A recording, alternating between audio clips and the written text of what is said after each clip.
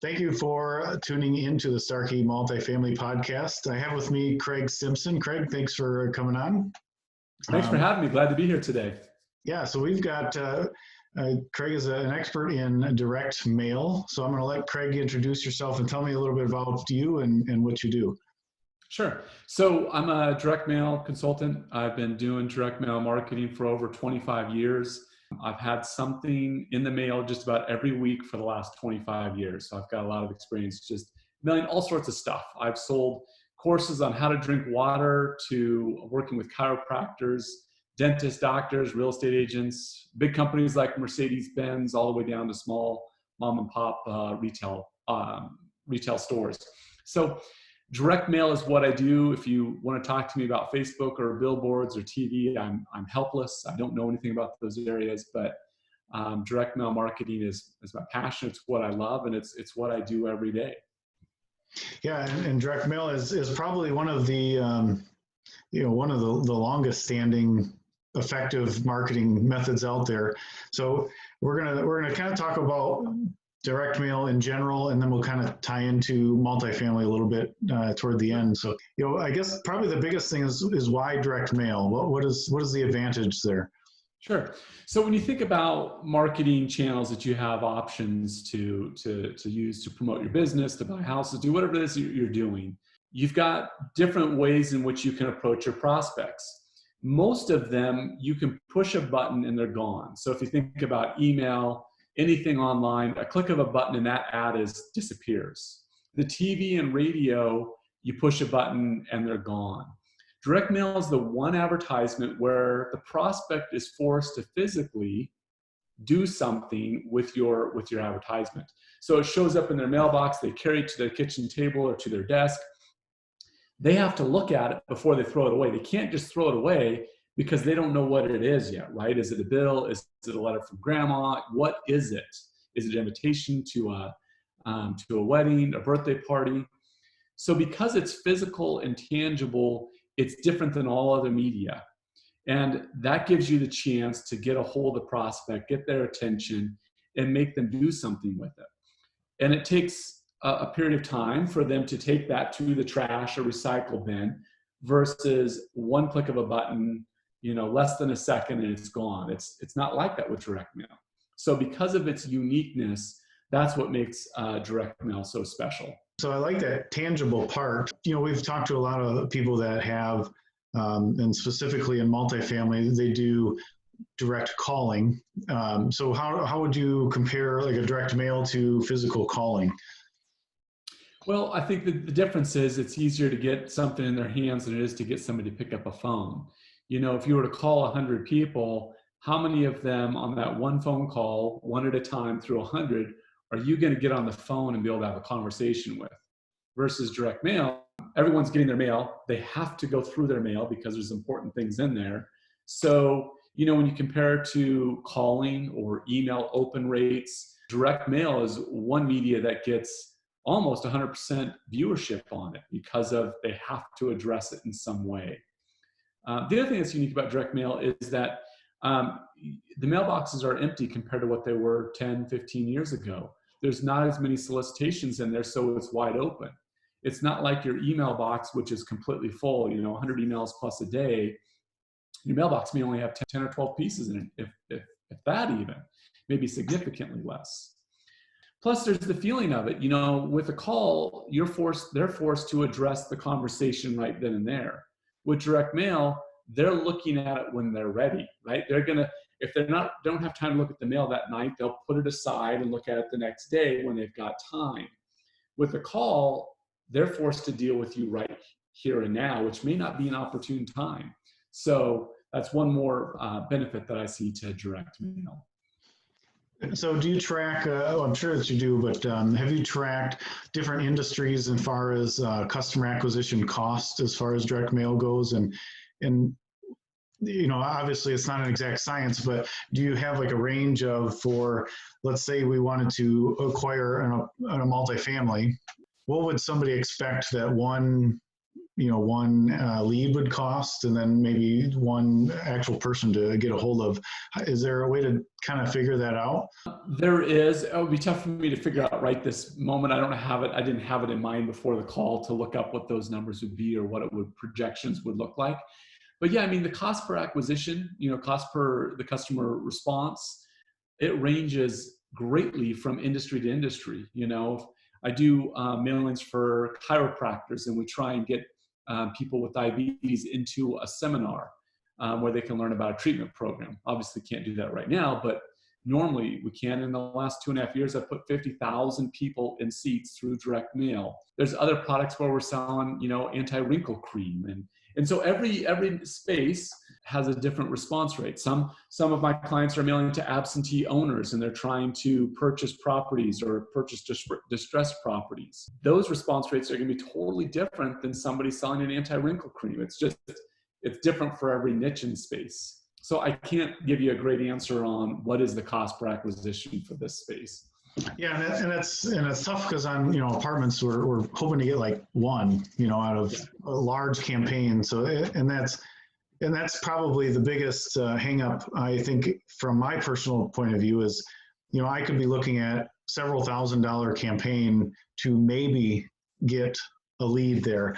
You've mentioned earlier before we got on the phone, but there's several touch points. So it's not just the first touch point, but it's many touch points. So how do you get past that, for something with such a low success rate, especially on an apartment acquisitions, how are you getting past that big investment with no guarantees on there?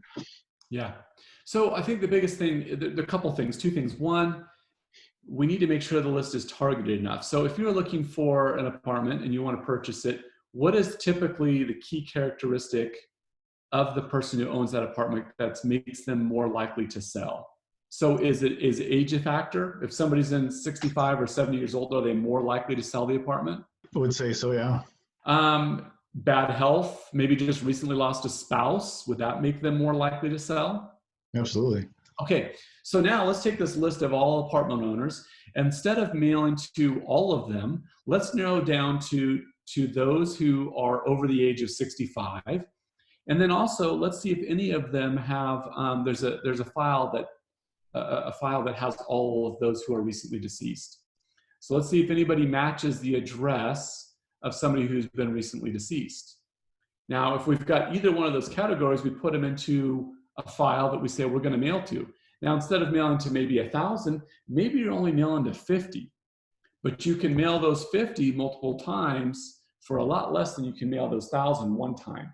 So now you have a more targeted approach. You have a more targeted group to go after. That's the first thing. The second thing is we have to think about the return on investment. If you're able to purchase an apartment building, what is the typical profit that you make? And you've got to kind of back that out to say, wow, it's worth mailing to them 5 times in order to get one lead that I can turn into a sale that I can then purchase this apartment building and make X amount of dollars. The return on investment becomes great.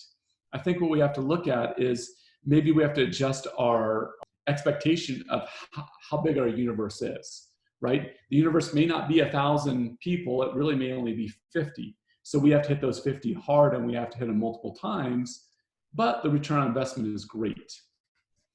So that's a great point. So you're suggesting that a very targeted marketing, at least for the multifamily, would be a better ROI than just saying, let's hit everybody out, untargeted email, or not email, but letter, Yeah. And sending it all out. So you're suggesting having maybe 50 or 100 very specific targeted letters would be better. Yeah, exactly. And like we were just talking about a minute ago, every niche is a little different. For those real estate investors who are going after absentee owners, we mail really inexpensive postcards. We mail like 5,000 a week sometimes, or 5,000 a month. We only may get 20 leads out of that. But if 2 of them, on average, we get 2 of them to end up letting us buy their home, the ROI is significant on it. It's great because of the amount of profit that's made on those 2 homes. Well, for them, they can mail the masses and do well. For what you're doing, it doesn't make sense because you're going after a more of an investor type than somebody who just has an extra home that they're renting out type of a thing. So we have to be more specific on your list than say somebody who's going after just someone who owns an extra piece of real estate. So what is the effective touch point? So, are you getting any at all on the first touch point? Or, are you getting a lot up front and then filter, kind of tapering down, or is it the opposite? Are you starting out small and getting big? How is that working on multiple touch points? It's different with every campaign. Ideally, what I like to see is, and what I traditionally see is that the first mailing gets you the highest response, and the other mailings after it don't get quite as strong as response. But the reason why you keep mailing is because of you need all of those responses in order to get enough calls, enough consultations where you can eventually close a deal. That's good, because that's another part that I think has a lot of people maybe a little bit fearful, is that I'm committing to 3, 4, 5, 6 mailings, Yep. And maybe I might not get any results from the first or second, and that's right. Kind of the scary point.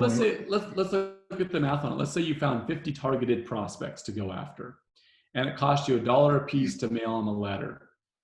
$50, and let's say you do that, 10 times. Now you're at $500. But what happens if you get one deal out of that? Is that $500 worth it? Would it be worth it to spend $1,000 or $2,000? Probably so. So you have to look at the return on investment. And if you know that those 50 people are your targeted prospects, you have to do everything you can to get their attention. And maybe the mailings are different. Maybe, ultimately you want to sit down with them and have a conversation. So maybe one offer is for a free cup of coffee. Here's a Starbucks gift card. Maybe another offer is for free information on the 10 ways that you can, 10 advantages to selling your property. Or maybe another one is a free report on something else, right? You're trying something different with each one to try and find what's the best way to get in this door. It may not be, hey, here's a letter, call me, let's sit down, I want to buy your apartment. It may not work like that. It may be a different process that takes a little longer and appeals to different people different ways. And in doing so, you'll get the best response by creating a variety of offers to a targeted group. So let's talk a little bit more about your incentive there. You mentioned the coffee, free cup of coffee. Are you suggesting that this would be like a meeting with me personally, or would this be just like a gift card, or how are you doing that? I think it depends on how big a commitment you are to mailing to these groups. If you're saying, hey, look, I got this sequence, I can put together 7 mailings, I would say one would be a free gift card and one would be a cup of coffee with me. But we have to show value. We have to find a way to make them want to meet with you. We've got to find a way to make them interested in what you're offering. So we don't know what those things are going to be. But them responding for a free Starbucks card at least gets them to raise their hand and allows you to take the next step. Here's a Starbucks gift card. I'm going to mail it to you. I'm also mailing a package of other information, and we've got to put things in that package that would make people want to sell their building and give some benefits to doing so to help kind of move them along the process.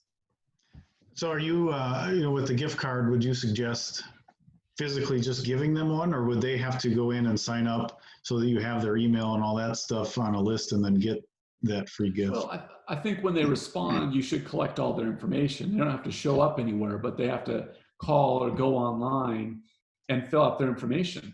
Here's the give me the address where you want me to mail it to. Give me your email address so I can send you this free report. Even though you're going to mail the free report, you may email it to them as well. That way, you've got their email, you've got their address, and you make a phone number requirement.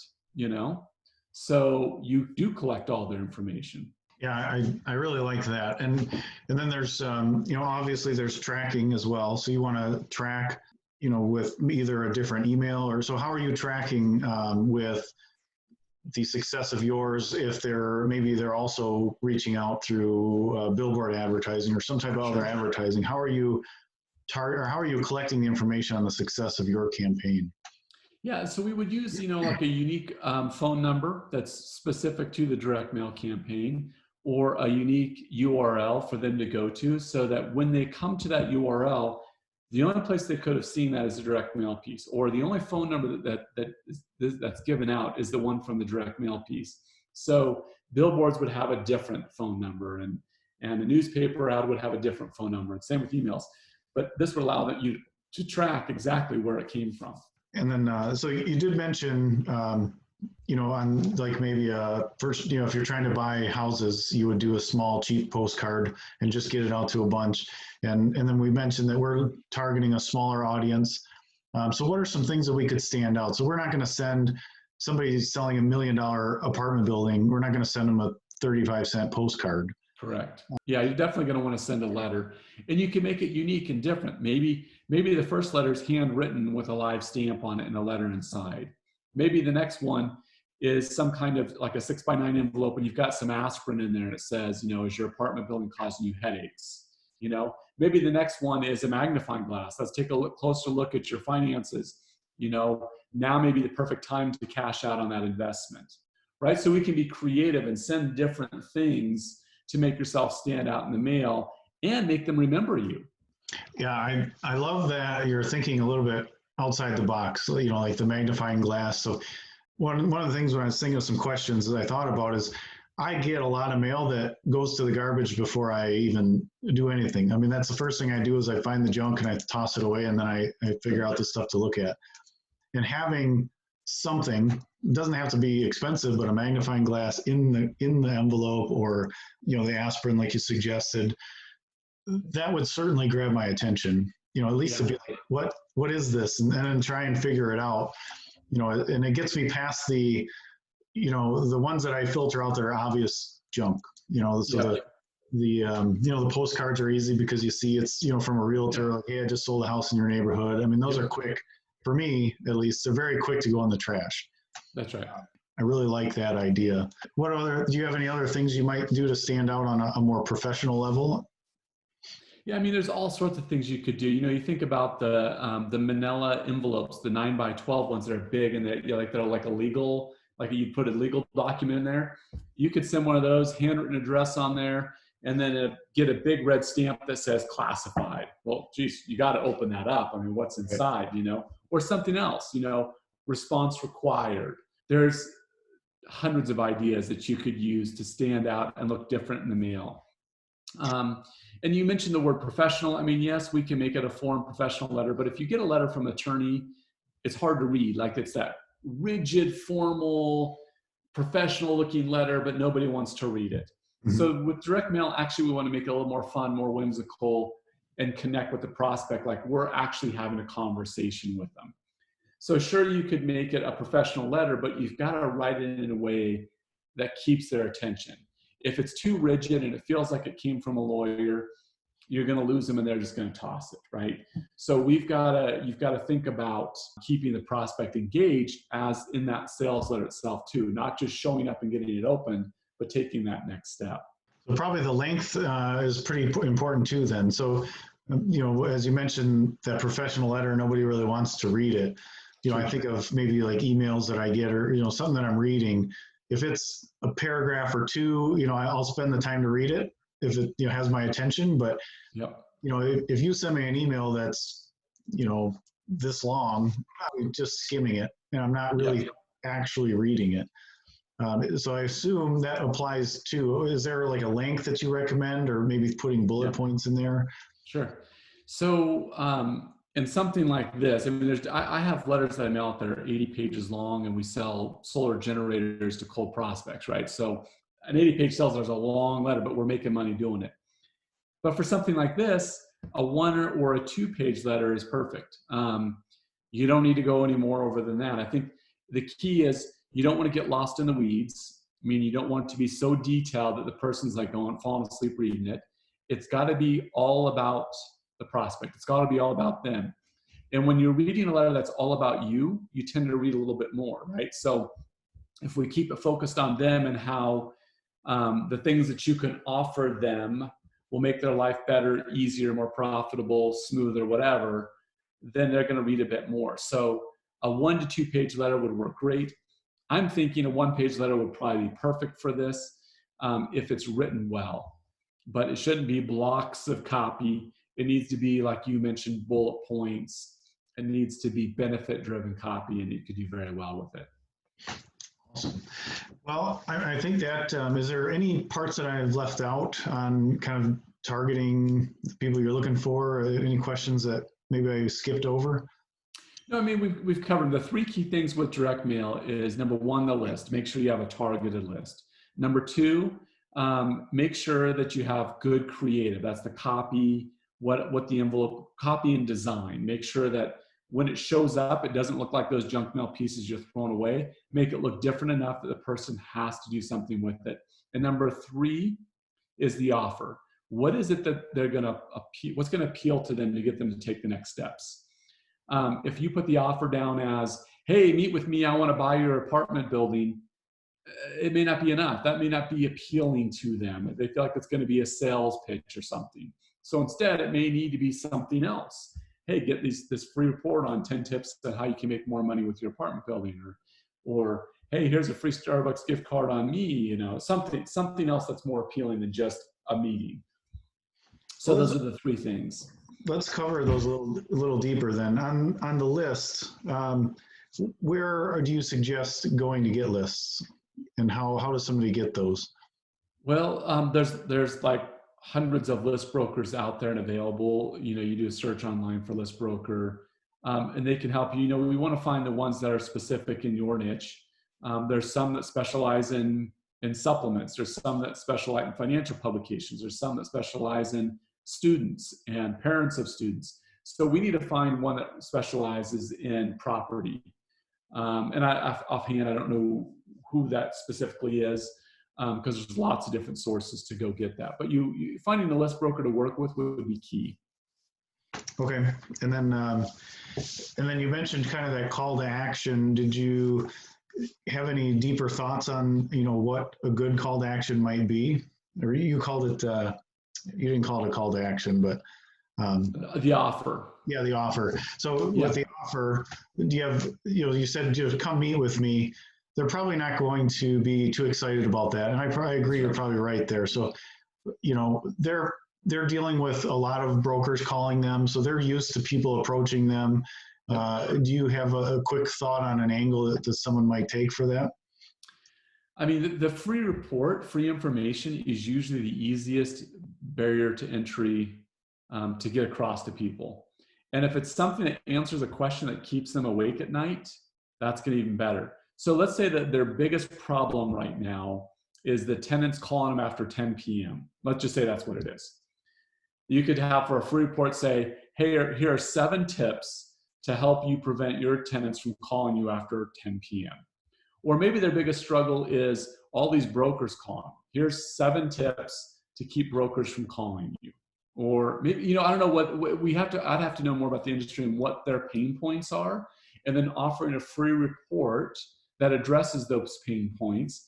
And then at the end of the free report that they get in their hands ties back to you somehow, right? So you got to create the full circle. Yeah, that's a great point.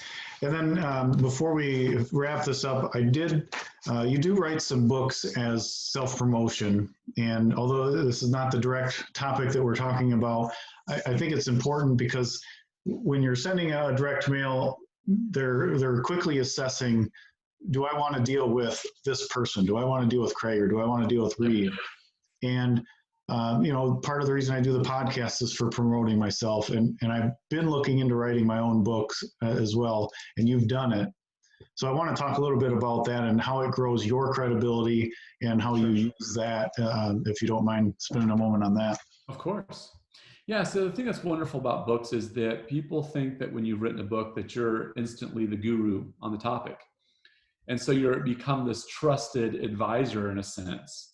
So if they're comparing you versus somebody else and you've got the book, you look more credible than they do. I have one of my clients who's a dentist. He wrote a book. Well, who wants to read a book from a dentist? Absolutely nobody about dentistry, right? Right. But what makes it different is everyone who's looking for a dentist thinks higher of him and his credentials because he has written a book, right? It makes him different and unique. So books are great for building credibility.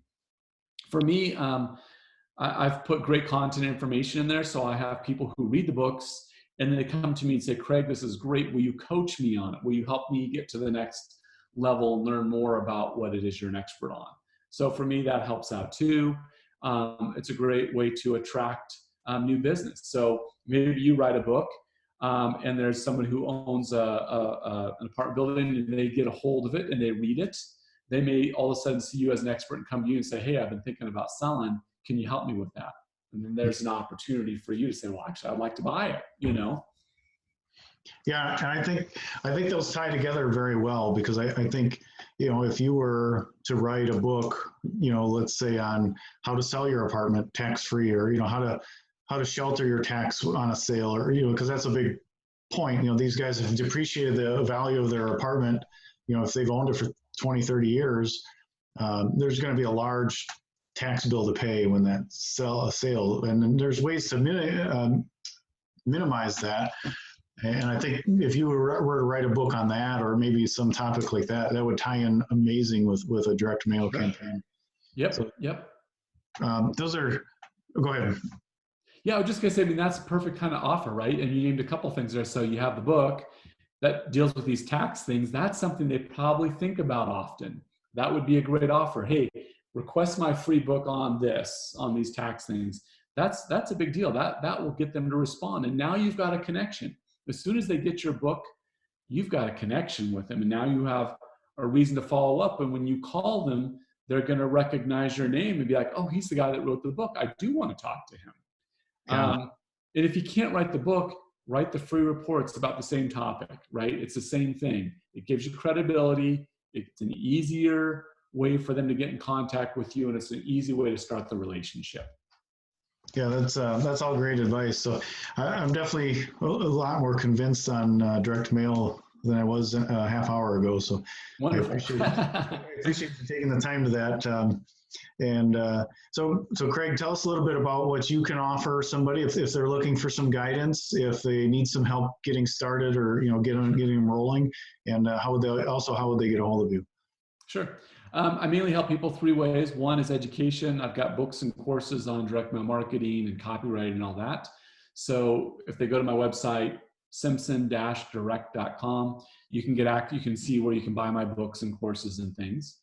The second thing I do is I do coaching. So if somebody's doing direct mail campaign and they want someone to look over their shoulder and give them advice and feedback, I coach companies on that. And then the third way I help businesses is the majority of my business is managing direct mail campaigns for companies, meaning getting the copy done, the list, the design, the whole thing, mailing it out and tracking the campaign. So it's kind of a private client managing the campaign for them. So if you're interested in any of those three things, information, coaching, or management, just go to Simpson-Direct.com.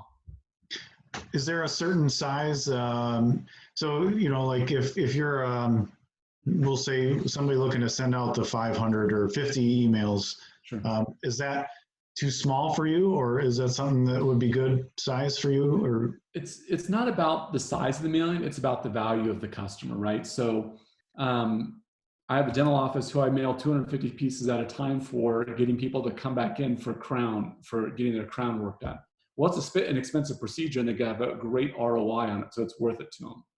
I've got a real estate investor who's looking to buy property, you know, so we may only be mailing a few thousand pieces, but every time he gets to buy a piece of property, he gets a great return on investment on it. So it's not about the number of pieces, it's about the ROI. If there's enough meat on the bone, if you're saying, hey, I want to mail, 1,000 pieces and promote my book for $29.95, it's not going to be worth it for me or for you to pay me to help do that for you, right? Because the return on investment is too low. So if you've got a high value client that you're trying to reach, then that's where it becomes more economical for you to use my type of services.